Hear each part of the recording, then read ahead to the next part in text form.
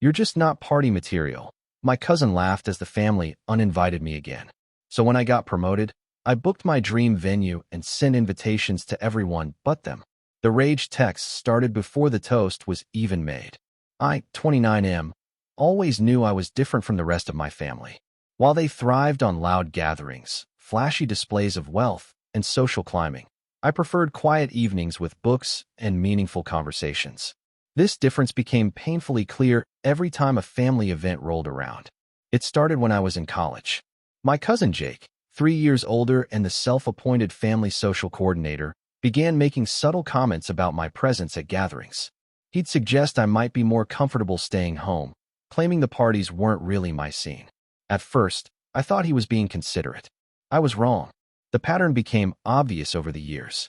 Birthday parties, holiday celebrations, family reunions. Somehow my invitation would get lost in the mail or arrive so late that I'd already made other plans. When I'd show up anyway, Jake would greet me with that condescending smile and make jokes about how I looked uncomfortable, how I wasn't really party material, how maybe next time I should just skip it. My Aunt Sarah, Jake's mother, would nod along sympathetically while doing nothing to include me. My Uncle Tom would pat my shoulder and suggest I try to loosen up a bit. Even my own parents seemed to accept this dynamic, telling me I was being too sensitive when I brought it up. The breaking point came last Christmas. I'd driven 4 hours to attend the family gathering, bringing carefully chosen gifts for everyone. When I arrived, Jake answered the door with surprise written all over his face. He told me there must have been some confusion, that this was actually a small, intimate gathering and they hadn't expected me. Behind him, I could see at least 30 people mingling in the living room. Jake laughed that familiar, dismissive laugh and said I was just not party material, that maybe I'd be happier at home with a book. He suggested I could come by later for leftovers if I wanted. The humiliation burned through me as I stood there holding my gifts, watching relatives I'd known my entire life pretend they couldn't see me at the door. I drove home that night with something crystallizing inside me.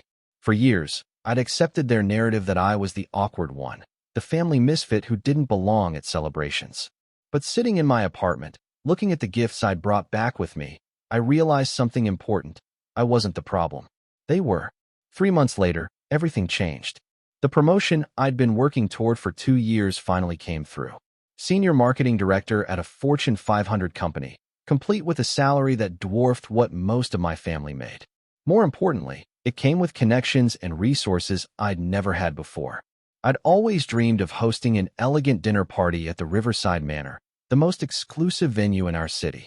It was the kind of place my family talked about in hushed, envious tones, where they'd point out celebrities and wealthy socialites in the local newspaper's society pages. The waiting list was typically 2 years long, but my new position came with certain perks. My company had a corporate account with the venue, and my boss mentioned I could use it for a personal event as part of my promotion celebration.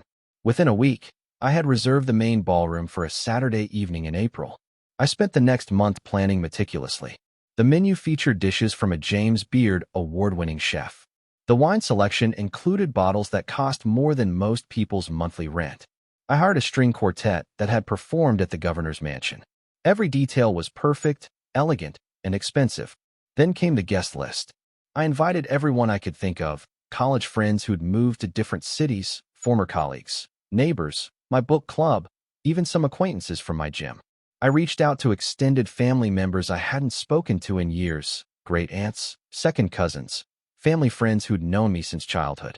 I deliberately crafted each invitation to sound casual but impressive. I mentioned the venue, the date, and that I was celebrating a major career milestone. I included details about the dinner and entertainment, making it clear this wasn't just a casual get-together. The one thing I didn't do was invite Jake, his parents, or the core group of relatives who'd spent years making me feel unwelcome.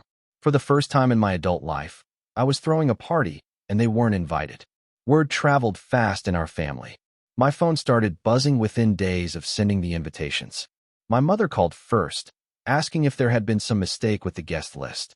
She'd heard from my Aunt Sarah, who was confused about why she hadn't received an invitation to my celebration. I told my mother there was no mistake.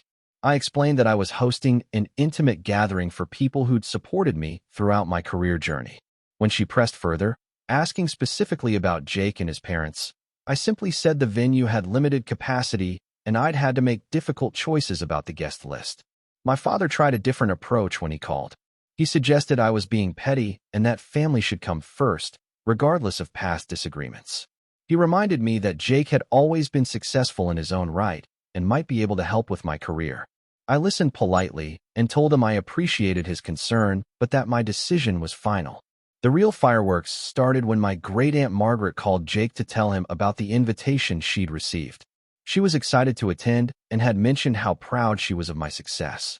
Jake apparently asked her several pointed questions about the event before realizing he hadn't been invited. My phone exploded with messages that evening. Jake sent a long text demanding to know why he'd been excluded from a family celebration. He accused me of being vindictive and immature, claiming he'd always tried to include me in family events. He said my behavior was embarrassing and that I was making a mistake that would damage family relationships permanently. His mother followed up with her own message, expressing disappointment in my choices and suggesting I was letting success go to my head. She reminded me that family was more important than any job and that I was creating unnecessary drama over minor misunderstandings. My Uncle Tom tried to play mediator, calling to suggest we all sit down and work things out like adults. He offered to host a separate family dinner where everyone could celebrate together. When I politely declined, he grew frustrated and accused me of holding grudges over imagined slights. The messages kept coming as the event date approached. Jake's texts became increasingly angry, with him demanding explanations and threatening to show up anyway. His mother tried guilt, reminding me of all the times they'd included me in family events and how hurt they were by my exclusion. I responded to none of them directly. Instead, I sent a single group message to the family members who'd been contacting me. I thanked them for their concern and explained that I was hosting a celebration for people who'd consistently supported and encouraged me throughout my career. I mentioned that the venue had strict capacity limits and that I'd chosen guests based on who had been most present during my professional journey. The night of the party exceeded every expectation I'd had. The ballroom was stunning, with crystal chandeliers casting warm light over elegantly set tables. My guests arrived dressed beautifully, clearly impressed by the venue and the attention to detail. My college roommate flew in from Seattle. Former colleagues I hadn't seen in years made the effort to attend. My book club members were thrilled to experience such an upscale event. Even my quiet neighbor, who rarely socialized, seemed to be enjoying herself immensely. During the cocktail hour, I found myself surrounded by people who were genuinely happy for my success. They asked thoughtful questions about my new role, shared their own career updates, and reminisced about our shared experiences. The conversation flowed naturally, without the undercurrent of judgment and exclusion I'd grown accustomed to at family gatherings. The dinner was spectacular. The chef had outdone himself with each course, and the wine pairings were perfect. My guests were impressed and grateful, many mentioning that this was one of the most elegant events they'd ever attended. I stood to give a toast as dessert was being served. I thanked everyone for being part of my journey and for celebrating this milestone with me. I talked about the importance of surrounding yourself with people who believe in your potential and support your dreams. I mentioned how grateful I was to have such wonderful people in my life who'd encouraged me to pursue my goals even when others doubted me. My phone, which I'd silenced for the evening, was buzzing constantly in my pocket. I ignored it, focusing instead on the warm faces around me and the genuine celebration happening in that beautiful room. It wasn't until I got home that night, still glowing from the success of the evening, that I checked my messages. The rage texts had started during the cocktail hour and continued throughout the night. Jake had sent over 20 messages, each one angrier than the last. He'd apparently driven by the venue and seen the cars in the parking lot, the elegant decorations visible through the windows. He accused me of deliberately flaunting my success and excluding family out of spite. He called me petty, vindictive, and said I'd always been jealous of his social connections. His mother had sent her own series of messages, expressing hurt and disappointment. She claimed I was tearing the family apart over nothing and that my behavior was unforgivable. She threatened to tell other family members about my selfishness and suggested I'd regret burning bridges with people who'd known me my entire life. Other relatives had chimed in with their own opinions. Some supported Jake and his parents, calling my behavior divisive. Others seemed confused about the whole situation, asking for clarification about what had happened and why there was so much drama. But the most telling messages came from family members who'd actually attended the party. My great-aunt Margaret sent a beautiful note thanking me for including her and mentioning how proud she was of the man I'd become. My second cousin David, who'd driven 3 hours to attend, said it was one of the most enjoyable evenings he'd had in years. These messages reminded me why I'd made the choices I had. The people who truly cared about me had been there, celebrating my success without reservation or judgment. The people who'd spent years making me feel unwelcome were angry about being excluded, but their anger only confirmed that I'd made the right decision. Update 1. The fallout continued for weeks after the party. Jake escalated his campaign by calling other family members to complain about my behavior. He painted himself as the victim, claiming I'd excluded him from a family celebration out of petty jealousy. He conveniently omitted the years of subtle exclusion and condescending comments that had led to this moment. My Aunt Sarah organized what she called a family meeting to address the situation. She invited my parents, several other relatives, and of course, Jake and his immediate family. I was not invited to this meeting, which seemed ironically appropriate given the circumstances. My mother called afterward to report on the discussion. The consensus, according to her, was that I was being unreasonable and that I should apologize to Jake and his parents for the slight. Several family members had volunteered to mediate a reconciliation, suggesting we could all move past this misunderstanding if I showed some maturity and humility. I listened to my mother's report with growing clarity about the family dynamics I'd been navigating my entire adult life. They could organize meetings to discuss my behavior, but none of them had ever organized a meeting to address Jake's pattern of exclusion. They could demand apologies from me, but no one had ever demanded that Jake apologize for years of making me feel unwelcome. I told my mother I appreciated her concern, but that I wouldn't be apologizing for celebrating my success with people who'd supported me. I explained that I'd made a conscious choice to surround myself with positive, encouraging people, and that I was happier for it. The family pressure continued through various channels. My Uncle Tom tried the reasonable approach, suggesting that everyone had made mistakes and that it was time to move forward. My Aunt Sarah tried emotional manipulation, talking about how hurt Jake was and how families should forgive each other.